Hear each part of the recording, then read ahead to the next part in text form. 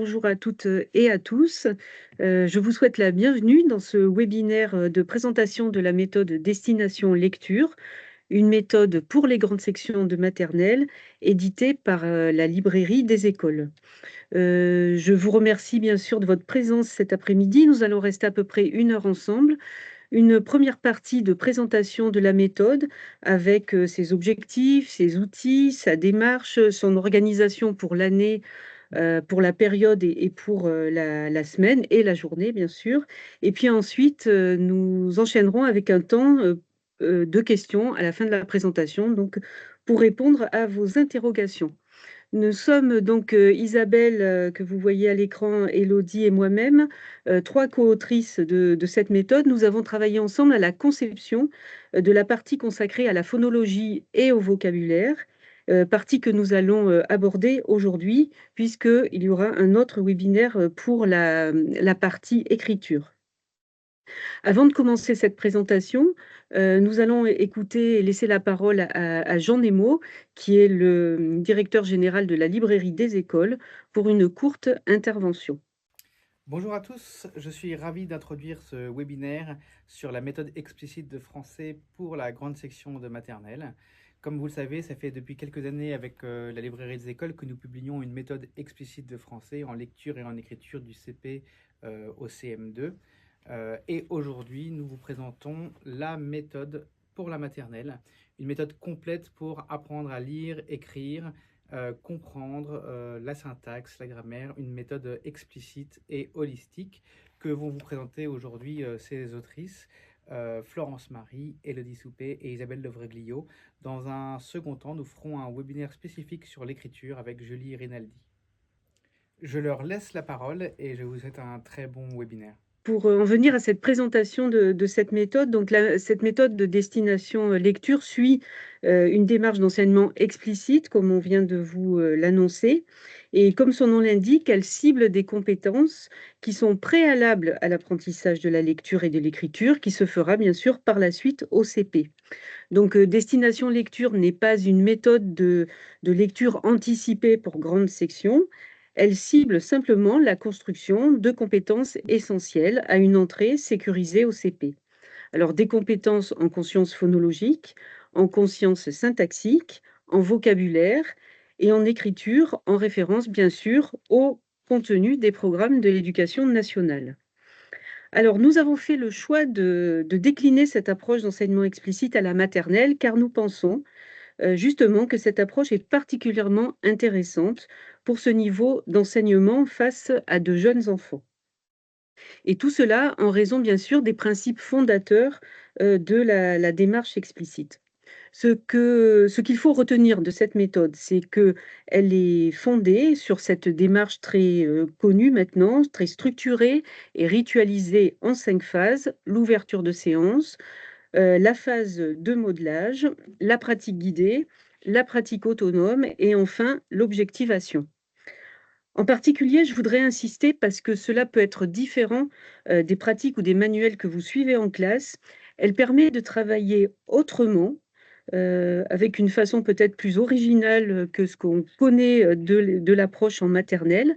Et vous aurez tout à l'heure une illustration de mes propos avec la présentation de mes collègues. Alors, je voudrais revenir sur les objectifs d'apprentissage. Dans chaque séance, ils sont définis avec une grande précision, ils sont communiqués aux élèves, ils sont en nombre très limité, ce qui fait que nous avons segmenté des compétences complexes en sous-compétences plus simples à acquérir.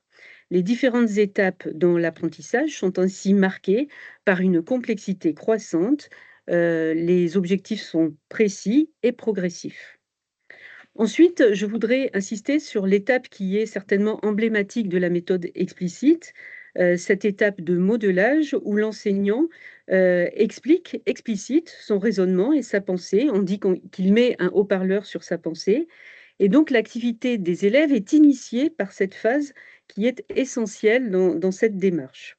Le modelage, c'est vraiment le moment où l'enseignant décrit à haute voix le cheminement de sa réflexion et de son action. Alors, c'est ça qui est peut-être parfois un peu déstabilisant quand on commence à s'engager dans cette méthode explicite.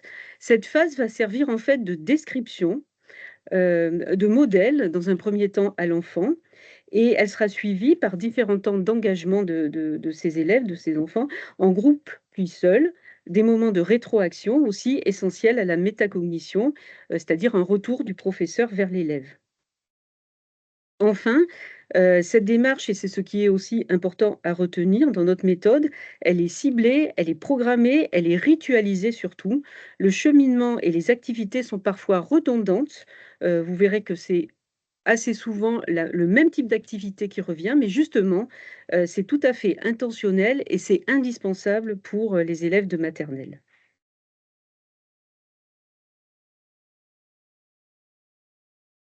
Alors je vous passe la petite diapo que je viens de commenter sans la diapo. Alors pour, conclure, cette première partie, donc vous verrez durant toutes les phases de présentation, les élèves sont, actifs, ils sont engagés dans différentes formes, et différentes modalités, bien sûr en jouant, en résolvant des problèmes, et on fait appel à leur mémoire, ils s'entraînent régulièrement, et l'organisation de classe varie du collectif, à l'activité autonome. Mais, et c'est ce qui est aussi intéressant dans cette approche, l'enseignant est actif, tout au long de la séance. Il a lui-même ses propres objectifs, de façon à faire entrer plus facilement les élèves dans les apprentissages. Alors nous sommes convaincus parce que, étant toutes 3 praticiennes de terrain, nous l'avons testé longuement en classe. Cette, approche est porteuse et constructive en maternelle parce qu'elle est claire, précise, sécurisante pour de jeunes élèves aux compétences diverses grâce à sa clarté, sa progressivité, son rythme et son déroulé ritualisé. Cette approche a pour but de rendre les savoirs accessibles à tous par un allègement de la charge cognitive de l'élève en poursuivant des objectifs fixés qui sont bien sûr aussi ambitieux qu'il est nécessaire, grâce notamment à cette ritualisation des organisations et des tâches. Ce que fait l'enseignant lors de la phase de modelage est un point central de cette approche explicite. Cela permet à tous les élèves de s'engager dans la tâche avant toute chose par imitation, ce qui est reconnu comme une étape existante vraiment dans les apprentissages des enfants. Puis les élèves apprennent ensemble, accompagnés par un professeur qui les guide vers l'autonomie progressive. C'est la découverte des relations sociales et de leur effet sur les apprentissages. Cette démarche exploite, finalement quelques nouvelles connaissances, en sciences cognitives qui sont nécessaires à l'apprentissage, la nécessité de la mobilisation de l'attention des élèves, la mise en mémoire à court et à long moyen terme et puis, comme je le disais tout à l'heure, la rétroaction efficace pour la métacognition. Plus globalement, en fait, ce qu'on cherche à obtenir, c'est une gestion consciente des apprentissages. C'est pour toutes ces raisons, et je vais conclure sur ce point avant de passer la parole à mes collègues, cette approche nous a paru particulièrement, pertinente pour envisager la différenciation pédagogique qui est vraiment essentielle dans une classe de maternelle où tous les enfants ont des progressions, et des développements, variés. Une dernière, diapositive pour cette introduction, pour vous montrer les différents supports, de cette méthode. Donc elle, se présente sous la forme d'un guide pédagogique pour l'enseignant, d'un fichier pour l'élève avec, donc tout ce qui concerne la partie phonologie, syntaxe et vocabulaire et puis de 2 cahiers d'écriture. Dans une préparation à l'entrée, dans la lecture et dans l'écriture comme nous le souhaitions, nous avons donc, concentré nos objectifs sur, 3 compétences, 3 champs de compétences essentiels. La connaissance des lettres et du son qu'elles produisent en étudiant la liaison entre la forme de la lettre, son écoute et son écriture.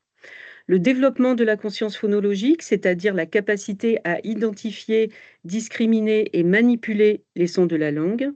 Et puis enfin, l'enrichissement du vocabulaire et la capacité à écouter, comprendre, mais aussi produire des phrases en développant une première conscience syntaxique. Donc, je vais passer maintenant la parole à ma collègue Isabelle qui va commencer à nous présenter le guide pédagogique. Merci Florence. Bonjour à toutes et à tous. Je vais donc vous présenter ce guide pédagogique de notre méthode.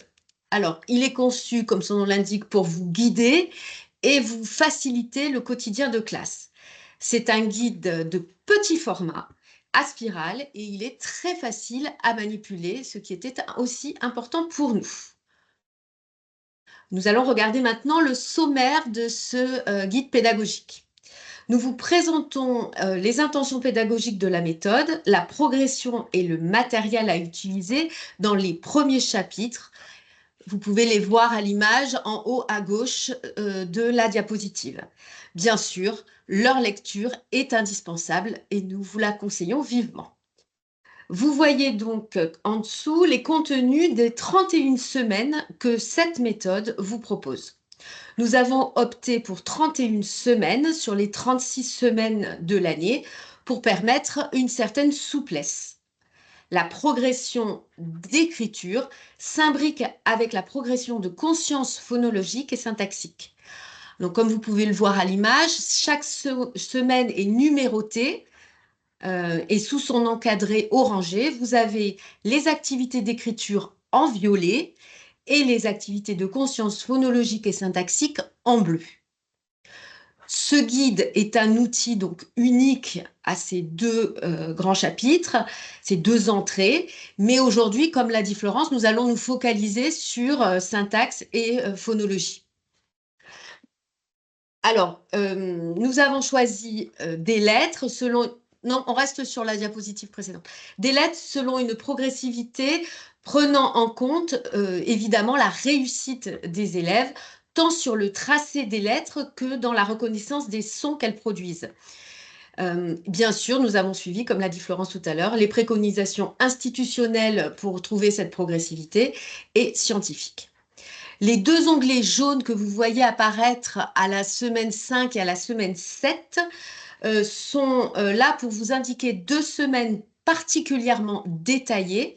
Il faudra souvent s'y reporter pour certaines activités. La semaine 5 est détaillée plus par rapport à l'écriture et la semaine 7 par rapport à ce qui nous importe aujourd'hui, c'est-à-dire phonologie et syntaxe. Nous allons maintenant observer un extrait de la progression par période. Alors, cette progression par période reprend en fait la progression des cahiers d'écriture et le fichier. Donc, comme je vous l'ai dit tout à l'heure, ce qui est en violet à gauche, c'est l'écriture. Ce qui est en bleu et jaune à droite, c'est tout ce qui est conscience phonologique. Donc, vous voyez que la période 1 est divisée en 7 semaines et vous avez effectivement la déclinaison des cahiers et du fichier de phonologie. Notez que nous commençons la première lettre simplement la 5e semaine, après 4 semaines consacrées à la phrase et aux mots. C'est les semaines que vous voyez en jaune. Les activités de l'élève sont volontairement progressives et répétitives dans la forme. Nous allons maintenant rentrer dans le détail d'une semaine. Alors, c'est un aperçu, bien sûr, d'une organisation de semaine type. Cette semaine est sur 4 jours et nous insistons sur le fait que ce soit sur 4 jours. Vous voyez que dans un onglet orangé, vous avez les objectifs de la semaine qui sont indiqués. Et vous voyez aussi en dessous que le fichier est présenté, le fichier élève avec sa correction avant l'intitulé ici du jour 1. Donc, chaque jour comporte effectivement une séance, toutes les étapes, avec toutes les étapes de la démarche explicite. Là, ce sont des extraits, vous n'avez pas le jour entier qui est représenté. Les objectifs et le matériel sont clairement notifiés pour chaque journée. Ici sont représentés des extraits donc, d'une semaine de phonologie. Donc, vous avez sur le jour 1 à peu près toujours la découverte de la graphie de la lettre qui est étudiée. Sur les jours 2 et 3, vous avez la découverte du son de la lettre. Vous pouvez distinguer des petits onglets verts, car sur ces 2 journées, vous allez avoir des ateliers qui seront donc à mener avec les élèves. Sur le jour 4, vous voyez que cette fois-ci, vous avez des petits onglets roses. Là, on est sur le repérage et l'encodage du son étudié. Et là, nous allons vous proposer des exercices qui seront accompagnés par le professeur, mais on rentrera un peu plus dans le détail par la suite. Alors, il est important, évidemment, pour l'enseignant d'avoir cette vision de la semaine dans sa globalité, en prenant conscience de la progressivité des activités et en anticipant à la fois la préparation de votre matériel et l'ensemble des actions à mener. Chaque journée est donc indispensable. Elle doit être menée dans l'ordre. Hein. Nous avons vraiment pensé une progressivité sur la semaine. Vous pouvez noter, puisque là vous avez pour la première fois des pages du guide, qu'il est richement illustré. Et donc, je reviendrai sur les petites BD que vous pouvez voir à l'image de manière un peu plus complète par la suite. Chaque journée donc, sera l'occasion d'une séance d'enseignement explicite. Et je vais maintenant rentrer vraiment dans cette idée de séance explicite pour vous présenter chaque étape. Nous allons les voir ici représentées sur cette diapositive. Donc, vous voyez les 5 étapes de cette démarche explicite. Donc, nous allons faire des focus sur ces différentes étapes. Donc, je vais commencer par la première étape, hein, cette étape, cette phase d'ouverture. On dit qu'allons-nous faire, hein, voilà, l'agrandissement. C'est une phase courte, de 5 minutes environ. C'est une phase en classe entière. Elle va vous permettre de rappeler aux élèves ce qui a été vu précédemment et de les amener à se projeter dans la séance à venir. Vous allez leur présenter clairement les objectifs de votre séance. La bande dessinée reprend ici, vous le voyez, les échanges et illustre les éléments de langage dont vous pouvez vous saisir. C'est vraiment pensé pour être un support pour vous aider à trouver les bons mots pour mener ces différentes étapes. Nous allons passer à la phase suivante. Donc la phase de modelage, c'est la phase du je fais de l'enseignant. C'est vraiment je fais de l'enseignant, je vais y revenir. C'est une phase qui est ici assez courte, 5-10 minutes en classe entière, plutôt 10 minutes. C'est un temps vraiment essentiel, comme l'a dit Florence tout à l'heure, dans lequel vous allez vous mettre en scène, véritablement, en posant un haut-parleur sur votre pensée. Vous allez verbaliser votre raisonnement, votre stratégie face à ce que vous allez demander à vos élèves. Ici, dans la diapositive que vous pouvez voir, l'enseignante ne pose pas de questions aux élèves. Quand elle dit quel est cet animal, elle ne le pose pas aux élèves, mais se le pose à elle-même et vous voyez qu'elle y répond. L'enseignant est vraiment là au centre de l'activité et les élèves doivent être particulièrement attentifs à ce moment-là pour se saisir véritablement de la procédure que va expliciter l'enseignant. Donc, ils vont apprendre pendant cette phase à construire au fil forcément des jours hein, de vos séances cette capacité d'attention grâce à la répétition de la structure même de la séance explicite. Ils vont s'habituer à cette nécessité d'écouter pour pouvoir enfin agir dans les phases suivantes. Ils vont agir ensemble, puis après, de manière autonome. Donc, cette phase de modelage, vous avez bien compris, hein, j'insiste vraiment là-dessus, c'est l'enseignant hein, qui montre, qui est le modèle finalement de l'élève. Donc, nous allons passer maintenant à la pratique guidée, donc le « nous faisons ». C'est un temps qui là est plus long, hein, qui va se passer en classe entière ou en demi-classe, on est plutôt sur 15-20 minutes.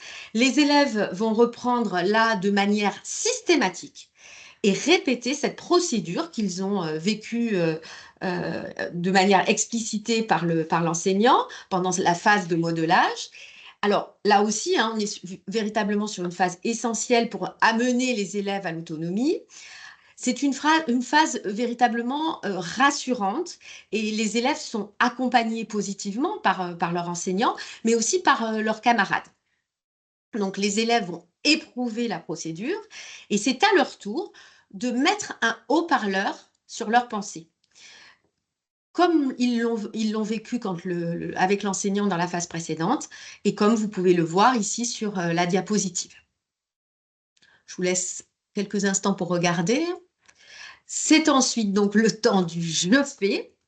Donc là, on est véritablement dans un temps plus long, on est plutôt autour de 20 minutes, qui va permettre cette fois-ci à l'élève de s'exercer de manière autonome, plus ou moins, selon les modalités et les dispositifs qui vont être très variés à ce moment-là, à cette procédure. L'élève va résoudre des problèmes, s'entraîner, jouer, utiliser son fichier en mobilisant véritablement la procédure qu'il a pu vivre dans la phase précédente. Ensuite, alors juste peut-être à l'image, vous voyez encore le fichier et les corrections. J'insiste un petit peu puisque là, vous voyez le tracé en rouge, mais ma collègue Elodie y reviendra. Donc la phase suivante, c'est la dernière phase, hein, c'est le temps d'objectivation, c'est le temps nous récapitulons.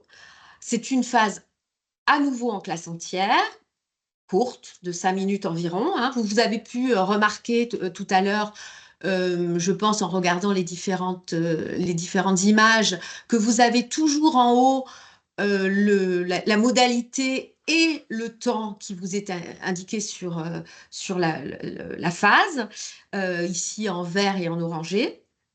Donc c'est comme je vous le disais, cette fois-ci une phase en classe entière d'environ 5 minutes. Comme pour l'ouverture de la séance, l'enseignant va à nouveau accompagner les élèves, il va leur permettre de se remémorer tout ce qui aura été vécu, étape par étape, et bien évidemment de remobiliser encore une fois les éléments de la procédure. Alors, je fais une petite parenthèse pour vous montrer qu'en bas de cette image, vous avez une comptine. Effectivement, nous vous avons proposé pour chaque lettre une comptine que vous pourrez effectivement travailler. Nous avons mis comme cela des activités supplémentaires, mais aussi nombre de conseils qui vous sont proposés tout au long du guide pour poursuivre, continuer tout ce travail. Alors, le temps de comptine, c'est évidemment un temps que vous pouvez différer dans la journée pour reprendre et exercer l'oreille par rapport au son étudié. Donc, je vais passer maintenant la parole à Elodie qui va continuer à vous présenter notre méthode. Merci Isabelle. Avant que Élodie ne commence, juste une petite précision. Si vous avez des questions, n'hésitez pas bien sûr à les inscrire dans la conversation de la réunion, puisque après cette présentation, bien sûr, nous aurons quelques minutes pour répondre aux questions. Merci beaucoup Isabelle. Élodie, je te passe la parole. Merci Et je change Florence, de diapo. bonjour à toutes et à tous. Alors vous voyez apparaître ici sur la diapositive la semaine type que nous avons conçue. Et pour cette semaine, je vais vous présenter les 4 jours de la semaine avec leurs objectifs, le matériel à utiliser et bien sûr les activités qui se trouveront dans le fichier de l'élève. Nous avons conçu pour les élèves un fichier de petite taille, facile à manipuler. Les élèves apprendront à ouvrir le fichier, à tourner les pages, à se repérer sur la page, à reconnaître les pictogrammes des consignes et surtout, ils travailleront sur un support à leur taille, coloré et joli. Et nous remercions d'ailleurs les illustratrices pour cela. Les exercices dans ce fichier sont progressifs et ritualisés, ce qui est rassurant pour les élèves et leur permet un travail en autonomie. Je précise que l'intégralité du matériel est téléchargeable sur le site. Vous verrez apparaître le lien un petit peu plus loin. Alors, regardons le premier jour. Vous travaillerez donc le premier jour, pardon Florence. Vous travaillerez la discrimination visuelle d'une lettre, c'est la découverte du graphème, et vous aurez à votre disposition du matériel pour les phases de modelage et de pratique guidée, qu'on vous a expliqué tout à l'heure. Pour la pratique autonome, les élèves travailleront dans le fichier. Pour découvrir la graphie de la lettre, oui. Donc pour découvrir la graphie de la lettre, nous avons créé des fiches repères que vous voyez ici. Elles sont à imprimer, à plastifier, car nous les utiliserons beaucoup. Elles sont en grand format pour être affichées au tableau et être bien vues et lisibles par tous les élèves. On vous conseille aussi, si vous avez la possibilité, de les projeter dans votre classe. Ces fiches repères, elles seront utilisées en classe entière, en petits groupes et en autonomie. Elles présentent la lettre étudiée, ici la lettre qui fait le son « et », dans 3 écritures. Elle est associée à un mot image en couleur. Ici, c'est l'image éléphant, évidemment. Et nous avons fait le choix de ne pas écrire le mot éléphant pour que les élèves se concentrent davantage sur la lettre étudiée et le son qu'elle fait. Pour la phonologie, vous voyez plusieurs cartes ici. Nous utiliserons les fiches encadrées de rouge pour la phonologie. Et les élèves retrouveront aussi ces petites cartes, ces fiches repères dans leur... Alors, pour un exemple d'activité autonome dans le fichier, en voici un que nous avons nommé la chasse aux lettres. C'est une activité ritualisée que les élèves retrouveront systématiquement. Comme ça, ils sauront rapidement la réaliser en autonomie, une fois la procédure explicitée, bien évidemment. Les consignes sont claires, elles sont écrites pour vous, pour les parents, et elles sont accompagnées d'un pictogramme identifiable et compréhensible par les élèves. Ici, vous voyez le pictogramme coloris et en tour. Notez que nous retrouvons la fiche repère en haut à droite pour rappeler la lettre. Aussi, tout en bas de page sont précisés les objectifs, les consignes, les mots attendus ou les mots représentés, ce qui permettra pour vous une utilisation rapide et pour les parents de vos élèves, une compréhension aisée du travail demandé. Et la correction de l'exercice est dans le guide pédagogique, ce que vous avez vu précédemment. Pour le 2e et 3e jour de la semaine, vous travaillerez la discrimination auditive. Les élèves vont associer la lettre au son qu'elle produit.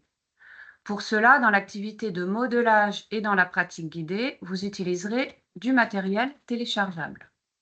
Alors, découvrons d'abord les mots-images et les posters. Les voici. Les mots-images.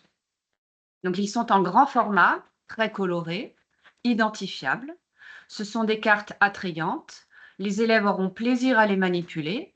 Elles sont un support interactif et stimulant pour explorer les sons, pour manipuler des syllabes, créer des phrases aussi. Les élèves vont associer le son aux mots. Ils vont enrichir leur vocabulaire dans différentes activités. Ces cartes mots-images seront utilisées en classe entière, en petits groupes, aussi en autonomie. C'est pour cela que nous vous conseillons de les plastifier, de les ranger dans une boîte par ordre alphabétique, parce que c'est plus simple pour les retrouver et les utiliser en classe tout au long de l'année. Les posters, ce sont des grands posters au format A3. Ils sont colorés, attractifs également. Ils stimulent l'intérêt des enfants et vont être déclencheurs de la prise de parole. Vous travaillerez avec ces posters la conscience phonologique et aussi la conscience syntaxique, car vos élèves vont produire des phrases dans de grandes variétés d'activités ludiques. Vous aurez 4 posters à votre disposition, un sur le thème de la classe, vous voyez ici en noir et blanc, les 3 autres sur le thème des animaux de la forêt, de la savane et de la ferme. Vous voyez ici le lien pour télécharger tout ce matériel, mais bien sûr, vous pouvez aussi projeter les posters en classe si vous en avez la possibilité. Vous aurez également à votre disposition le jeu de loi et les cartes trio des voyelles que vous voyez apparaître ici pour les activités autonomes ou avec l'adulte pour les jours 2 et 3. Alors, le jeu de loi est offert avec le guide pédagogique et nous avons choisi ce jeu de loi, ce jeu de société traditionnelle pour solliciter la conscience phonologique et aussi pour développer les compétences sociales et comportementales des élèves. Cette activité est ludique, évidemment, mais aussi très stimulante. Les élèves apprennent aussi en jouant. Ils vont manipuler des sons grâce à ce jeu, des syllabes, des mots. Ils vont renforcer leur mémoire auditive et développer leur expression orale. La règle du jeu de loi est bien connue de tous. Elle est simple, mais elle peut être ici enrichie de variantes selon l'habileté de vos élèves. Et nous vous expliquons tout dans le guide pédagogique pour l'utilisation de ce jeu de loi. Il possède 2 faces selon les lettres travaillées et sera utilisé lui aussi tout au long de l'année. À droite, les cartes trio des voyelles. Ce sont des cartes à pince que l'on connaît bien en maternelle, qui offrent une expérience motrice, un engagement physique de l'élève dans son activité. Elles permettent ici l'identification des sons voyelles. Elles sont autocorrectives en les retournant, vous connaissez le principe, pour un travail en autonomie. Je dois préciser que sur tout le matériel proposé, les élèves retrouveront toujours les mêmes illustrations, des dessins, la même forme, la même couleur. Cela pour favoriser leur mémorisation, l'autonomie des élèves et pour éviter toute confusion. Pour la pratique autonome des jours 2 et 3, là, vous avez un exemple d'activité dans le fichier que nous avons appelé le chemin du son. Alors, c'est aussi une autre activité ritualisée. Les élèves vont ici éprouver la procédure en autonomie. Vous retrouvez toujours la fiche repère de la lettre, en haut à droite, avec l'éléphant. Le pictogramme consigne pour l'élève, ici c'est trace, la consigne écrite, et les objectifs, les consignes et la liste de mots représentés en bas de page, pour plus de clarté et pour vous et pour les parents d'élèves. La correction se trouve dans le guide pédagogique, vous la voyez à gauche de la diapositive. Ici, le chemin est tracé en rouge, c'est plus simple pour vous pour la correction. Alors, voyons maintenant le 4e jour de la semaine. Ce 4e jour, vous travaillerez avec vos élèves la syllabation et l'encodage, comme il a été dit tout à l'heure, la mise en contexte de la lettre dans des mots. Vous utiliserez pour cela, surtout de manière progressive et selon les semaines, les mots-images, une flèche guide qu'on va vous présenter, un chuchoteur, les fleurs de tri et le fichier de l'élève. Voici le matériel, justement, dont je n'ai pas encore parlé. D'abord, la flèche guide. Vous la voyez ici. C'est un outil de visualisation très important. Dans sa forme avec les cercles rouges, qui représentent les mots. Elle va aider les élèves dans la compréhension de la structure de la phrase. Elle indique le sens de la lecture de la phrase avec son point de départ. Vous voyez le point rouge et le sens de la flèche bleue. Elle aide les élèves à construire et à dire des phrases. Et vous avez cette flèche guide dans sa forme avec des cases que l'on voit en plus petit sous le personnage. Les cases représentent des syllabes. Et avec cette flèche guide, vous allez pouvoir travailler sur les mots. L'élève va comprendre qu'un mot est constitué d'une ou plusieurs syllabes. On pourra alors, avec ce support, dénombrer, identifier et jouer avec les syllabes. Ensuite, vous voyez le chuchoteur. Alors, le chuchoteur, c'est un dispositif acoustique qui permet à l'élève d'entendre sa propre voix sans bruit parasite. Il va pouvoir se concentrer davantage sur les sons qu'il produit tout en chuchotant. Et son utilisation est fortement conseillée dans les activités de pratique autonome. Et il contribue en plus à avoir un climat serein dans la classe. Et vous trouverez dans le guide pédagogique la notice de fabrication qui est très simple. Et enfin, en haut à droite, les fleurs de tri, qui sont elles aussi bien connues en maternelle. Elles vont permettre un travail phonologique progressif avec une grande variété d'activités. On peut faire du tri, du classement, on va identifier, associer des sons, puis des syllabes. Et les élèves retrouveront en plus ces fleurs de tri dans leur fichier. Alors passons justement maintenant au fichier. Voici quelques exemples d'activités que les élèves feront après, et j'insiste bien, après avoir fait les activités préalables de la méthode explicite. Ici, il s'agit d'activités de conscience syntaxique. Vous pouvez d'ailleurs voir la flèche repère. Vous retrouvez les consignes accompagnées de leur pictogramme. Et les objectifs, les consignes et les mots représentés apparaissent toujours en bas de page. Alors, dans cet exemple, le matériel utilisé en modelage et en pratique guidée est représenté dans le fichier, les flèches et les fleurs, afin que les élèves éprouvent les procédures en pratique autonome avec exactement le même matériel. La mise en page, vous la voyez, est simple, sa disposition des exercices est claire, les pages sont colorées et les mots-images sont bien connus des élèves. Une autre activité sur les lettres, ici, sur cette diapositive, les lettres et les sons. C'est dans ces activités que l'élève pourra utiliser son chuchoteur. Vous voyez ici la progression des exercices sur la semaine. Le jour 1, l'élève aura appris à reconnaître la lettre U. Et les jours 2 et 3, sur le fichier ici, l'élève prononce, pour le premier exercice en haut à gauche, prononce, entend et reconnaît le son de la lettre avec son chuchoteur. De la bouche. Puis, il va discriminer le son de la lettre dans des mots en posant des gommettes. C'est le deuxième exercice. Et enfin, page de droite, c'est le jour 4. Il va identifier la place de la syllabe contenant le son de la lettre dans des mots. On retrouve la flèche guide pour les syllabes. Et enfin, il va écrire des syllabes contenant la lettre U dans les cases blanches et réinvestir en même temps les lettres apprises. Ici, il s'agit du L et du E. Donc, vous voyez sur ces 2 pages la progression sur la lettre U dans la semaine. Ensuite, vous voyez ici une autre progression, une autre progressivité dans les apprentissages sur l'année. Page de gauche, il s'agit de retrouver la syllabe d'attaque. En entourant le bon mot, on a le pictogramme entour que les élèves connaissent.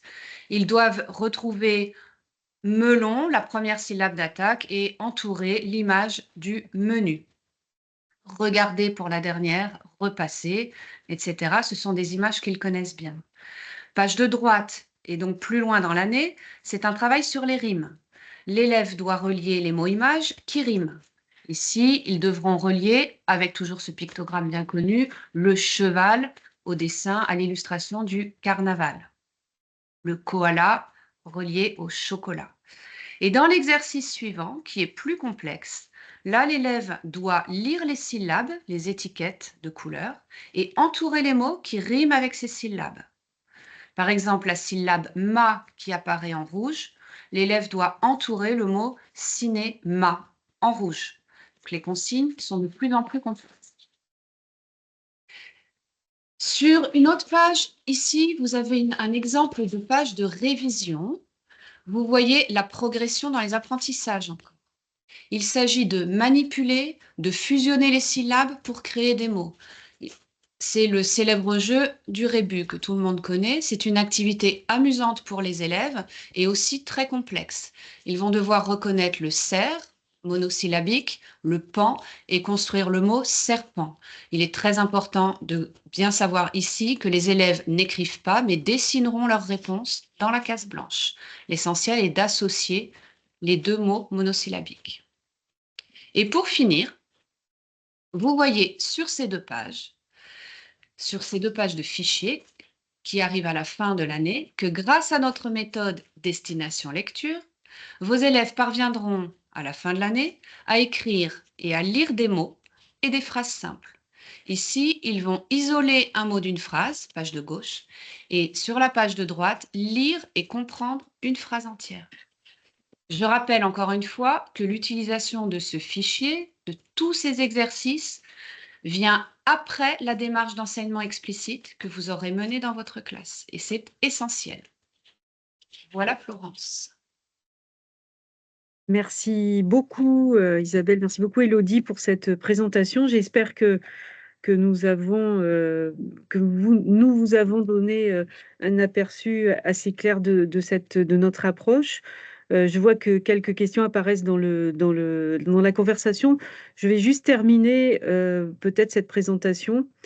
Ou alors on prend les questions d'abord et puis on termine après peut-être dans l'ordre. Donc alors moi je vais me faire un peu monsieur loyal, Isabelle, Élodie, et vous lire les questions qui arrivent. Peut-être vous pourrez répondre au fur et à mesure. Alors ouais, une question importante tout de suite, c'est comment avez-vous choisi les mots de cette méthode?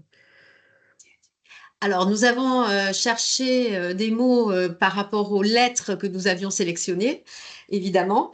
Nous avons aussi opté pour des mots qui ne mettaient pas en difficulté les élèves, et tout en voulant garder à l'esprit que nous voulions enrichir leur vocabulaire. Donc, avec tout ça, nous avons travaillé sur une centaine de mots au départ. Et puis, nous avons réduit en fonction de la possibilité de les illustrer, la possibilité de les utiliser de manière répétitive, parce qu'il fallait aussi que vous ayez des mots dont vous allez pouvoir les utiliser toute l'année. On n'allait pas faire un mot pour une seule séance. Donc, c'était un travail ardu, mais ça a été fait véritablement pour essayer d'avoir à la fois du choix, mais de l'efficacité. Merci J'espère que pour j'ai répondu. merci pour cette réponse. On a une deuxième question là, de Virginie qui nous dit pour les activités du fichier, notamment le rébus que tu as présenté, Élodie. Est-ce qu'il y a du matériel d'entraînement qu'on peut utiliser, des supports de jeu, hein, ou voilà, qui permettent en fait la manipulation qu'on peut utiliser dans la classe avant cette phase sur fichier? Oui, alors toutes les activités, évidemment, puisqu'il y a des phases de manipulation avant d'arriver au fichier, dans le guide, on trouve systématiquement, effectivement, des activités de manipulation, que ce soit orale ou avec du matériel qui est proposé dans la méthode. On n'arrive pas directement à cette étape-là. C'est toujours après manipulation. D'accord, donc on s'entraîne à faire des On rébus s'entraîne à faire des rébus avant. avant de les faire, je dirais, de manière solitaire sur son fichier. On a sélectionné les mots images qui permettent de faire des rébus en entraînement Très bien. dans le guide. Alors, d'autres questions peut-être à venir? D'autres compléments, Isabelle, Élodie, par rapport à des choses que vous avez peut-être. Oui, juste pour dire que les mots images qui sont en taille A5 vont être énormément manipulés justement dans ces phases de préalable au fichier.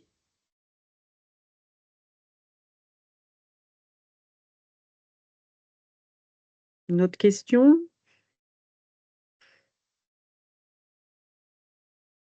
Alors N'hésitez pas. peut-être en attendant que les questions arrivent, quelques points de conclusion. C'est une méthode, je pense, vous l'avez dit, qui est très riche, avec beaucoup de matériel qui est utilisé finalement tous les jours de la semaine et toute l'année, hein. Je pense notamment voilà, aux mots images, où on va avoir une vraie banque de mots images à utiliser toute l'année. Donc pour que cette approche fonctionne bien et que que les enseignants soient libérés aussi d'un certain nombre de contraintes dans la préparation, l'idée c'est vraiment de se préparer à l'avance, de prévoir les activités, puisque en fait l'approche est déjà assez complète et structurée, et que votre démarche là est vraiment aidée. Donc peut-être insister sur cette étape de préparation du matériel. Une étape aussi, enfin une action qui nous paraît très intéressante du côté des enseignants, c'est de rassurer vraiment, d'encourager, de valoriser les élèves.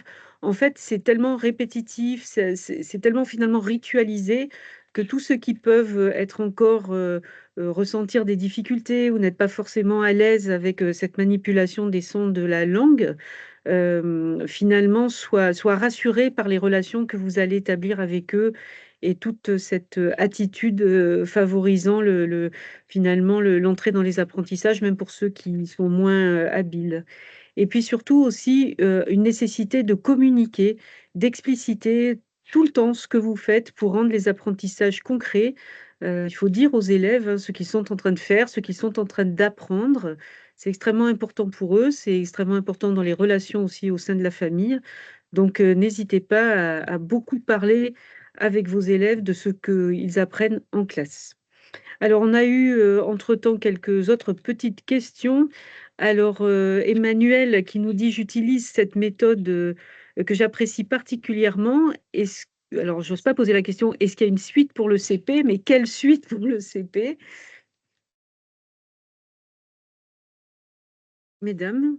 Mais, bah, écoutez, Oui, oui, c'est à il vous. y a dans la méthode dans la librairie des écoles, oui, effectivement, des méthode de méthodes de lecture pour lecture le CP, oui. en enseignement Mm. explicite. Mm, mm. Oui, oui, ça se suit avec Et nous une. sommes ravis de Mm. savoir que cette méthode vous plaît. Alors, Olivier nous demande quelle activité préconisez-vous avec les phoniques phones? Je suppose que c'est ce qu'on a appelé nous les chuchoteurs. Olivier, vous me dites si je me trompe dans la traduction de ce mot. Oui, c'est bien ça, donc je ne me suis pas trompée. Donc, est-ce que vous pouvez nous redire un petit peu ce que les élèves font dans la méthode avec cet outil? Alors, oui.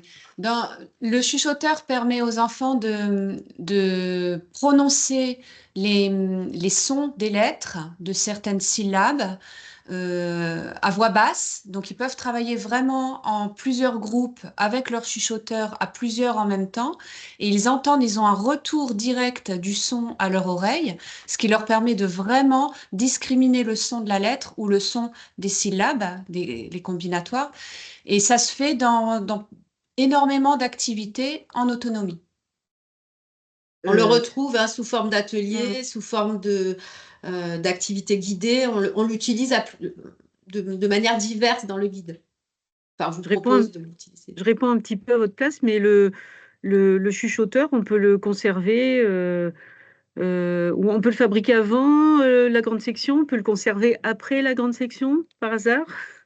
Oui, alors le chuchoteur, il peut être personnel et on peut, pour nous, on l'a utilisé de la moyenne section, même au CP, même Voilà. sur de l'affluence en lecture pour les plus grands, cycle 2, cycle 3, qui peuvent comme ça s'entendre. Donc c'est vraiment un outil qui peut être personnel et qui peut traverser toute la scolarité de l'élève. Alors, pendant que Famille va peut-être nous préciser sa question, parce que je ne suis pas sûre de bien saisir, est-ce qu'il y a une partie consacrée au projet que les apprenants doivent faire? On va peut-être répondre à la question de Julie, si Famille veut bien nous détailler un peu sa question. La question de Julie, c'est comment cette méthode peut être intégrée à une classe à double niveau avec des moyens? Y a-t-il des phases communes que l'on peut faire avec toute la classe?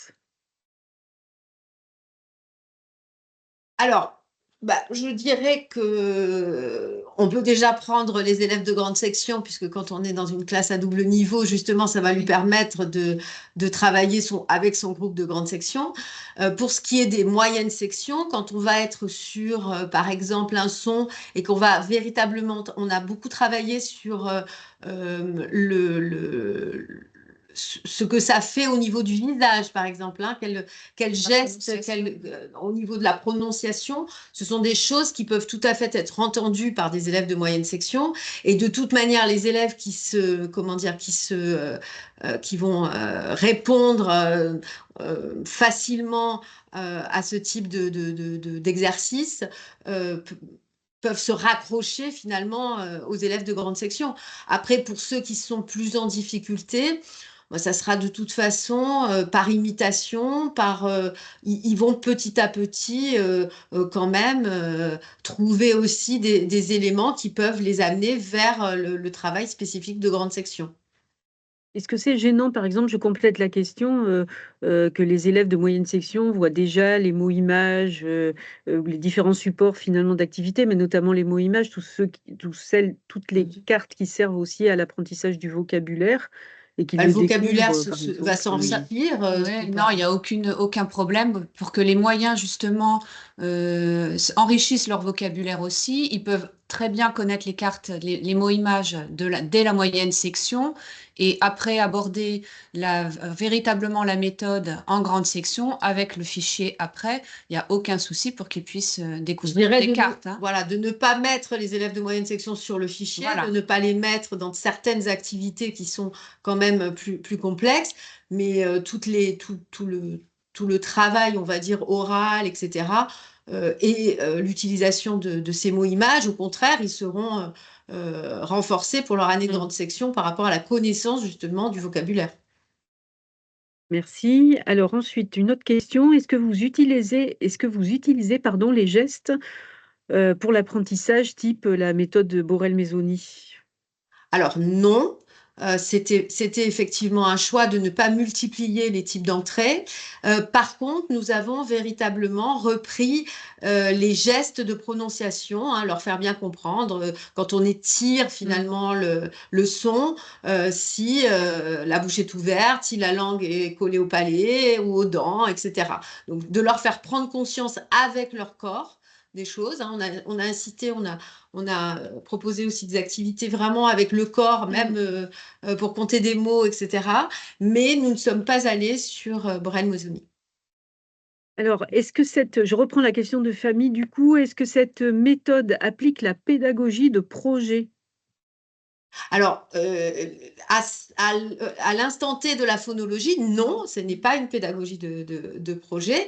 Par contre, il est tout à fait possible, à partir forcément de ce qui est proposé, c'est-à-dire les mots-images utilisés, voire les posters, etc., de se raccrocher à d'autres projets qui seront menés dans la classe. On est quand même sur des thématiques je dirais, que l'on retrouve dans beaucoup d'albums de littérature jeunesse. Donc, on peut tout à fait se raccrocher par rapport aux animaux, par rapport aux contes traditionnels, etc. On retrouve des personnages qui sont effectivement très présents dans les livres de littérature jeunesse. Alors, il nous reste encore 4 petites minutes. Lorsqu'on a 25 élèves, que les élèves tournent en groupe sur les activités par semaine, une activité par heure différente par jour semble difficile à mettre en place. Est-ce que vous pouvez nous donner des explications assez simples pour